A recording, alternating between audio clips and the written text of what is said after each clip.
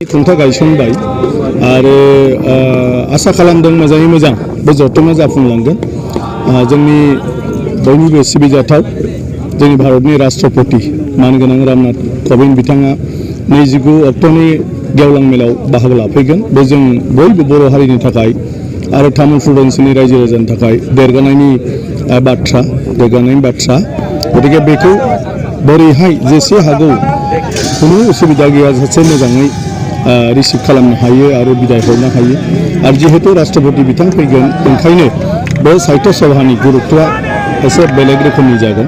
बयबो बेवहाय पार्टिसिपेट खालामनो लुबैगोन। बे हिसाबै बे जायगानि बिबाना बांबाय, रिसेपसन कमिटिनि बिबाना बांबाय। गतिके बेनि थाखाय जेसे हागौ मानसिफोरनि थानायनि आरो बेवहाय मिटिङाव मोजाङै माने जिरायनानै मिटिं खोनासंनो हानाय, बाहागो लानो हानायनि जिखिनि नांगौ रोखोमनि राहा बेखौ खालामनांगौनि माने दायित्व फैबाय। अखा बांखानि बोथोर, ओंखायनो रायजो राजाफोरखौबो खावलायदों जे रायजो राजाफ्रा जाहाथे जेब्लाबो थियारि थायो। मानिबा जाहोनाव अखा बारहुंखा बारोब्लाबो जाहाथे जोंनि बेजों नांजाबनानै थानाय गासै गामियाव थाङोब्ला बयबो जाहाथे मोजाङै जायगा होनो हायो, थाहोनो हायो, लाखिनो हायो, बेफोरबो जाहाथे जायो। बायदि जाहोननि थाखाय मालाबा अखा बांखा बारा जायोब्ला, बारहुंखा बारोब्ला गोजाननिफ्राय फैनाय मानसिफ्रा मिटिंसालियाव हालाय हाफाय जायो।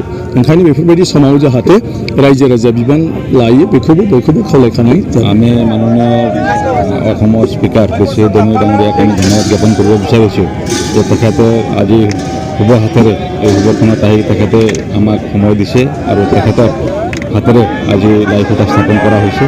আৰু আমাৰ মাজত বহুত EM MCLA মাননীয় আমাৰ লোকসভাৰ এডিশ্যনেল ছেক্ৰেটাৰী তেখেতেও আহি উপস্থিত হৈছেহি। তো খুব ভাল পৰিৱেশ এটা। আমি আশাবাদী যে খুব ধুনীয়াকৈ প্ৰগ্ৰামটো হ'ব আৰু এই অঞ্চলৰ ৰাইজৰ সহায় সহযোগিতাত, সকলো দল সংগঠন সহায় সহযোগিতাত আমি ধুনীয়াকৈ এইটো সাহিত্য সভাটো আমি পালন কৰিব পাৰিম।